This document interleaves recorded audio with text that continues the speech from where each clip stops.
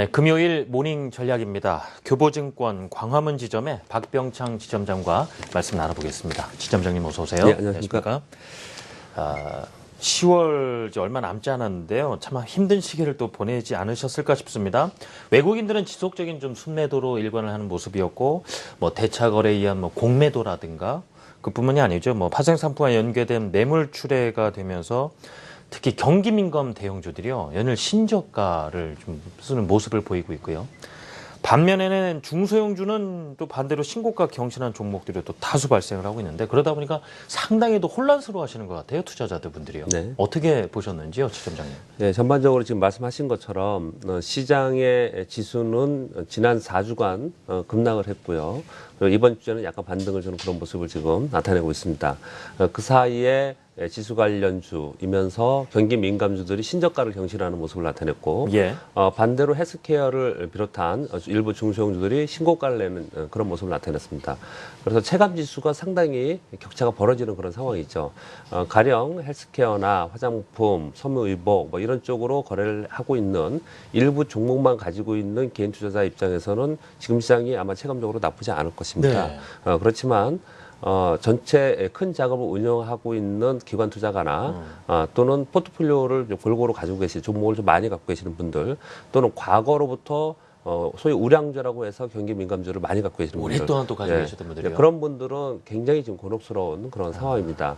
그래서 이런 상황 속에서 왜 이런 현상이 벌어지고 또 이러한 상황이 언제쯤 또 좀 호전이 될까 이런 부분들을 좀 오늘 말씀을 좀 같이 나눠볼까 합니다. 이번 주 시장을 간단히 말씀을 드리면 지금 계속 시장의 화두는 글로벌 경기 둔화에 대한 우려 이것으로 인해서 시장이 하락을 하기 시작을 했고 지금 현재도 그런 얘기가 계속 나오고 있습니다.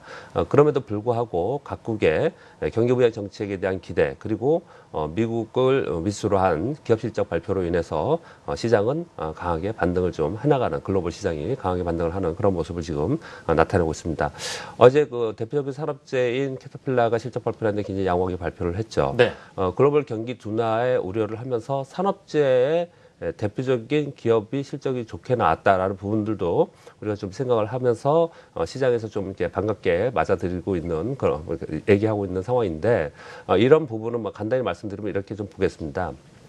우리가 지금 시장이 좋지 않은 이유는 글로벌 경기 둔화, 미래의 경기 둔화에 대해서 우려를 하고 있고 미래의 출구 전략에 대해서 우려를 하고 있는 상황이고 지금 현재는 현재의 실적을 가지고 이제 좋다라고 해서 올라가고 있는 상황이거든요. 그래서 어떤 것이 시장에서 먼저 우세하느냐 이런 부분들 때문에 시장이 이렇게 위아래로 충돌하면서 모습이 나타나고 있다 이렇게 설명을 좀 드릴 수 있겠습니다. 상대적으로 코스피는 계속 약세를 보였습니다. 그것은 좀 전에 말씀하신 것처럼 우리 시장에는 외국인들의 매물 출회 그리고 파생상품과 연계된 매물 출회 이런 부분들이 시장에서 계속 매물 악재로 인해서 상대적으로 약세를 보였다 이렇게 좀 볼 수 있겠고 좀 전에 말씀드린 대로 제약과 바이오, 헬스케어 그리고 게임, 섬유의복에서의 선별적인 시험 관련해서 강세를 보이는 그런 특징을 지금 현재 우리 시장에서 보이고 있습니다. 네. 시장에서 투자자들 극명하게 좀 양분돼 있는 상황이고요. 물론 시장에서 어느 곳에 투자해서 수익률을 잘 볼 것인가 그 고민도 상당히 뭐 그쪽으로 하는 거 옳은 일이지만 지금 상황에선 말이죠. 최근에 뭐 시장의 전반적인 하락폭보다는 종목별로 보면은 크게 좀 떨어지는 것들이 많다 보니까 이에 대한 우려에 대해서도 좀 말씀을 전해주시면 좋겠거든요. 네. 결국 이 경기 민감, 이 대형주들 같은 경우에 언제 한번 돌려 세울까도 또 하나의 큰 관심사가 아닌가 싶습니다. 예, 대형주들은 전체적인 흐름을 단기적으로 보기보다는 시황을 좀 중기적으로 좀 볼 필요가 있죠. 네. 그래서 중기적인 시황을 좀 말씀을 좀 드리면서 그걸 어떻게 대응할지를 설명을 좀 한번 들어보도록 하겠습니다. 제가 화면 하나를 오늘 엑셀 차트로 하나 만들어 왔는데요. 이것을 사실은 지난주 금요일 날 제가 말씀드렸던 것들을 좀 다시 좀 만들어 왔습니다. 죄송하지만 왜 다시 만들어 왔냐면 지난주에 제가 이 수치로 설명을 드렸더니 네. 도대체 이게 수치로 이렇게 쭉쭉 설명을 하니까 이제 의미를 잘 모르시더라고요. 그래서 화면을 제가 이렇게 만들어 왔는데 네. 화면을 이렇게 보시면요. 보겠습니다. 지난주에 수치로 보여줬던 걸 이제 화면 엑셀로 그냥 만들어 드린 겁니다.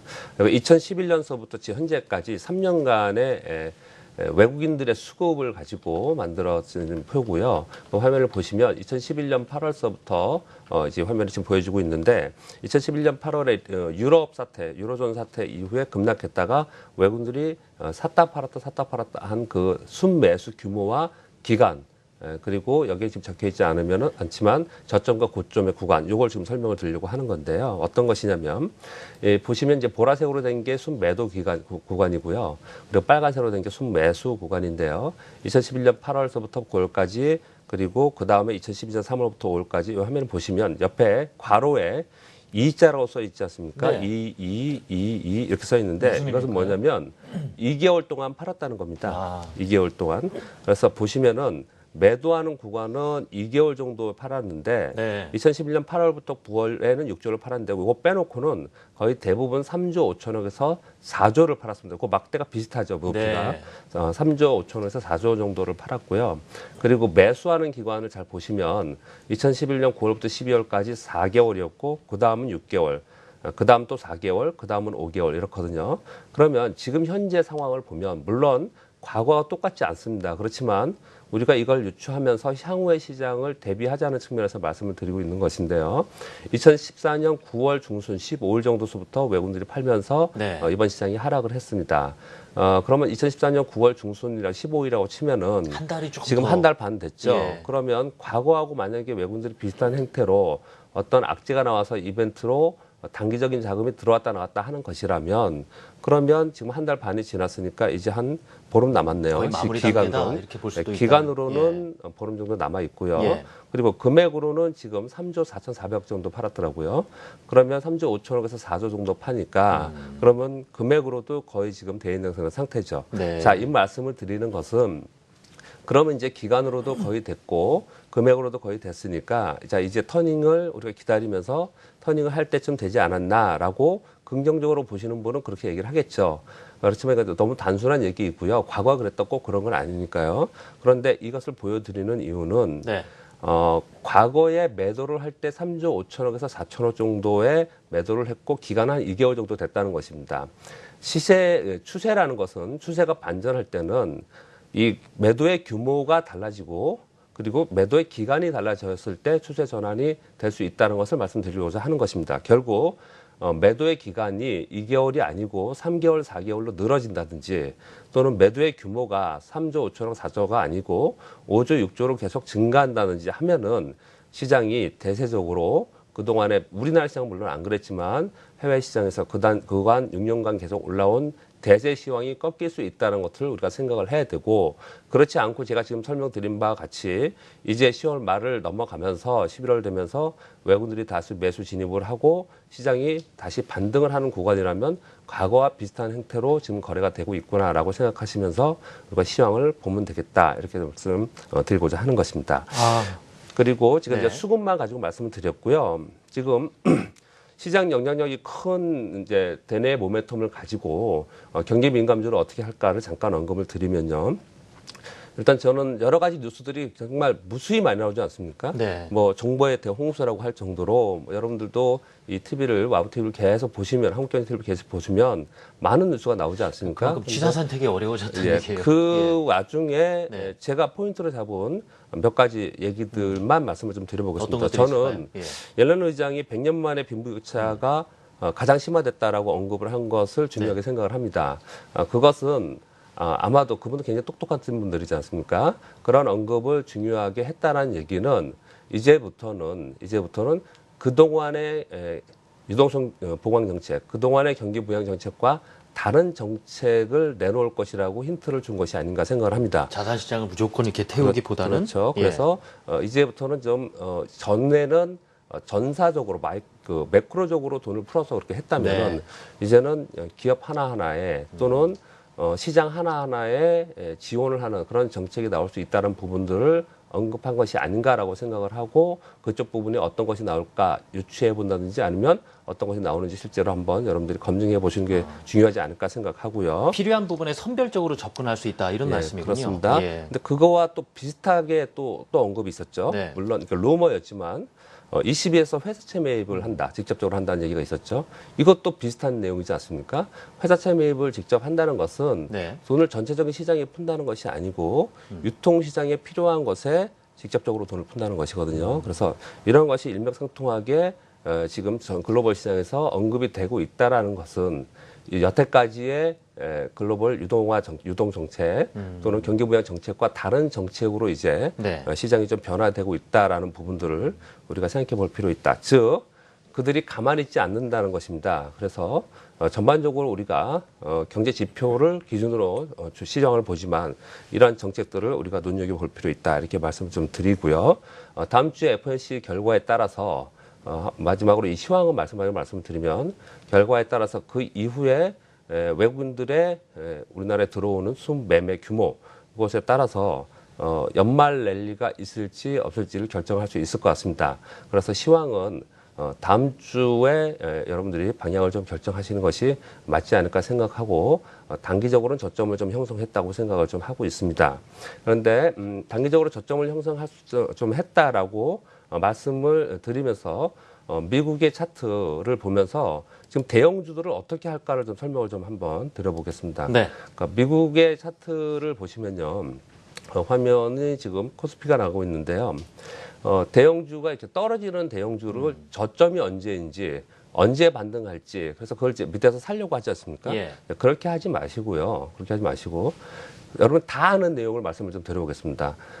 저점의 구간에서는요. 주가가 많이 올라간 상태에서는 거래량이 많이 터지면 좋지 않습니다.